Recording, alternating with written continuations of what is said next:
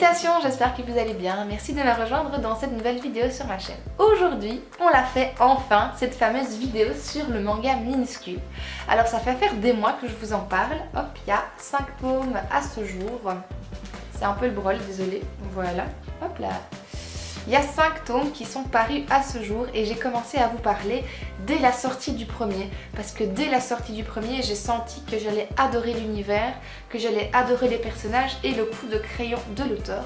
Donc je m'exécute sans plus tarder et je vous présente ça tout de suite. Pour commencer, un petit mot sur l'auteur. L'auteur s'appelle Takuto Keshiki, il est japonais et il a commencé sa carrière de mangaka en 2010. Enfin en tout cas, il a commencé à être publié en 2010, d'abord dans différents fanzines, avant d'être repéré par son éditrice qui lui a proposé de faire 3 one-shots dont l'un était le premier chapitre de Minuscule et il s'est fait publier. J'ai lu dans une interview en fait qu'il a été très influencé par d'autres mangaka qui dessinent aussi des petits personnages et ce genre d'univers qui l'ont fortement inspiré pour dessiner Minuscule. Minuscule est un manga qui peut se classer dans la catégorie seinen avec un pan fantastique aventure, donc ça n'est pas un manga de type shonen avec ce type d'humour ou shoujo avec les types de dessins qui leur sont très particuliers.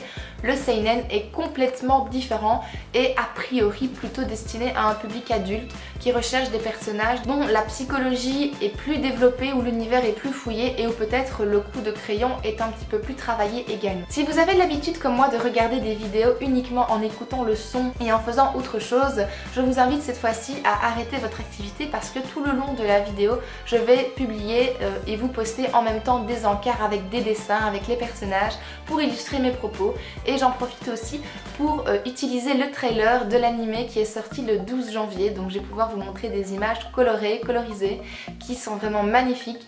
J'ai regardé d'ailleurs le premier épisode qui est sorti le 12 janvier et j'ai trouvé ça super. J'ai vraiment retrouvé l'esprit de l'univers et ça s'est vraiment bien présenté. Mais aujourd'hui, mon propos va principalement se baser sur le manga. L'histoire se porte sur Akumei et Mikochi qui sont des toutes petites humanoïdes qui font 9 cm de haut et qui vivent dans une forêt recluse à l'abri d'un arbre sur lequel elles ont construit leur maison et qui est proche d'une ville qui s'appelle Makinata. Leur petite taille leur permet donc effectivement d'élire domicile dans un œuf d'autruche, dans un arbre, de pouvoir voyager à dos d'oiseau ou encore avec des insectes et ce genre d'animaux qui nous sont à nous un petit peu moins fréquents, on va dire ça. Avec ce manga, l'auteur nous présente des tranches de vie en toute simplicité, dans un univers qui est vraiment très bien travaillé et fait le focus sur leur style de vie que j'adore, basé sur les petits plaisirs du quotidien, sur le fait de prendre un jour après l'autre la vie comme elle se présente à nous finalement et de pouvoir accueillir ce qu'elle nous offre en toute simplicité. Chaque tome est découpé en plusieurs chapitres qui comportent chacun une petite aventure qui est plus ou moins indépendante des précédentes. Ça n'est pas une longue histoire qui va se développer, on va avoir chaque fois des tranches de vie et on va en fait avoir des petites aventures qui vont se goupiller, qui vont nous permettre de découvrir l'univers, de découvrir les deux héroïnes et de partir à la rencontre de personnages secondaires tous plus passionnants les uns que les autres. Au niveau des deux personnages principaux, je vais vous les présenter.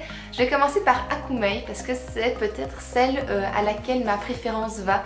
Il s'agit donc d'un personnage qui est de sexe féminin, les deux d'ailleurs sont de sexe féminin, et qui est très brute de décoffrage.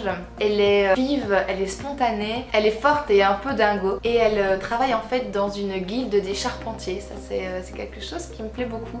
Elle travaille donc à la rénovation des ponts, à la rénovation des maisons, à la rénovation des moulins, ce genre de choses, et elle a réussi à intégrer en fait un univers qui est plutôt de type masculin. De son côté, Mikochi, elle, a un caractère un peu plus réservé, un peu plus timide. Elle est portée sur des activités dites d'intérieur avec la couture, la cuisine, le chant. Elle a en fait aussi un très grand sens des valeurs et des principes et toutes les deux, leur point commun, c'est qu'elles sont très gentilles, elles ont une bonté sans borne. Elles sont toujours prêtes à rendre service aux autres et profitent à fond de leur vie à 100% et profitent en fait des opportunités que la vie leur offre et saute sur les occasions chaque fois qu'elle se présente. Parmi les personnages secondaires, on a le chef Sardin par exemple, qui fait partie d'abord de l'entourage direct de Akumei puisque c'est le chef charpentier qui fait partie de cette fameuse guilde. Lui au départ il est assez renfermé sur lui-même, il est un peu bougon comme ça, mais il va un petit peu progressivement changer au contact de Hakumei et puis par la suite Mikochi, il va s'en faire des amis et on va voir au fil de du développement de leur amitié qu'il peut aussi montrer d'autres facettes de son identité. Konju, elle, c'est une des premières personnages secondaires qu'on va rencontrer. Il s'agit en fait d'une petite blonde qui fait du chant, qui pratique du chant et qui a carrément un caractère de diva. On ne peut pas s'en passer. Elle va se retrouver un peu malgré elle en concurrence avec Mikochi qui s'est inscrite, enfin plutôt qui s'est fait inscrire à un concours de chant et elle va se rendre compte qu'elle a de la concurrence et elle aime pas ça. Elle aime bien être au centre de l'attention et faire savoir qu'elle a une voix magnifique et qu'elle arrive à chanter, quelqu'un d'exceptionnel. Malgré les défauts qu'on pourrait lui trouver, c'est quand même quelqu'un qui a bon cœur, qui a un très bon fond et auquel on s'attache assez rapidement. Sen, quant à elle, est une créature aussi qui est humanoïde et qui a un style vestimentaire un petit peu particulier. Ses hobbies sont aussi particuliers puisqu'elle consacre ses journées dans son laboratoire à animer des squelettes, à rendre vie aux squelettes d'animaux principalement. Et à faire des expériences avec ça. Donc c'est un peu bizarre. On va avoir l'opportunité finalement de plonger dans son univers parce que Hakumei et Mikochi vont l'aider pour une de ces expériences. Ça va aussi être l'occasion par exemple pour l'auteur de développer tout l'univers marin avec les algues, avec l'eau, etc. Et c'est vraiment une histoire que j'ai beaucoup aimée. Enfin, un quatrième personnage secondaire, et je m'arrêterai là parce que sinon je peux commencer à vous parler de tous les personnages de la série et c'est pas le but de cette vidéo, le but c'est de vous donner envie.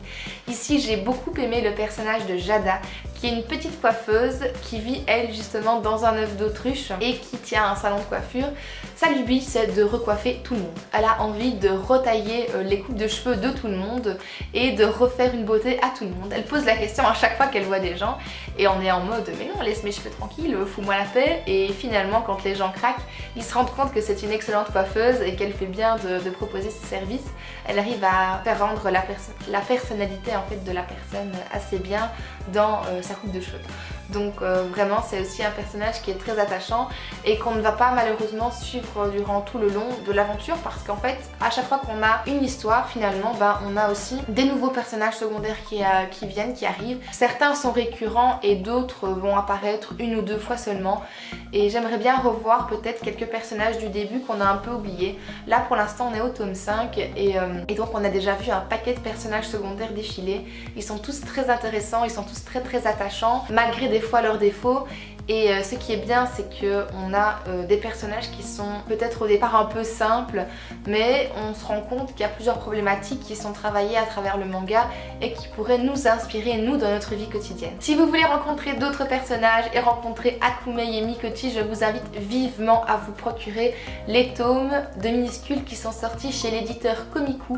Ils sont disponibles au prix d'environ 8 € le manga. Et c'est eux aussi qui ont édité Somali et l'esprit de la forêt. Si vous avez aimé Somali, je vous encourage plus que vivement à essayer Minuscule parce que moi j'ai d'abord essayé Minuscule et j'ai retrouvé un peu cet esprit de Minuscule dans Somali mais en moins bien. Je trouve que Minuscule est largement au-dessus de Somali et l'esprit de la forêt. Il fallait que je vous le dise, voilà, parce que j'arrête pas de voir des avis élogieux autour de Somali et moi je trouve que c'est Minuscule qui l'emporte haut la main, beaucoup plus détaillé, beaucoup plus fourni. Moi j'accroche beaucoup plus avec Minuscule, j'ai les 2 premiers tomes de Somali, on va lire le deuxième bientôt, je l'ai acheté il n'y a pas très longtemps. Donc voilà, c'est ici que ma vidéo coup de cœur s'arrête, j'espère qu'elle vous a plu, qu'elle vous a donné envie de découvrir ce manga absolument génial. N'hésitez pas à me dire dans les commentaires si vous connaissez ce manga, si vous l'appréciez, si vous avez regardé le premier épisode ou le deuxième épisode déjà de l'anime qui est sorti début janvier. Moi en tout cas je l'ai adoré, j'ai trouvé que la colorisation était super bien faite, que l'animation était vraiment bien. Voilà, j'ai retrouvé vraiment l'esprit du manga, il est vraiment très réussi. Quant à moi, d'ici la prochaine vidéo, je vous fais plein de gros bisous et portez-vous bien. Salut!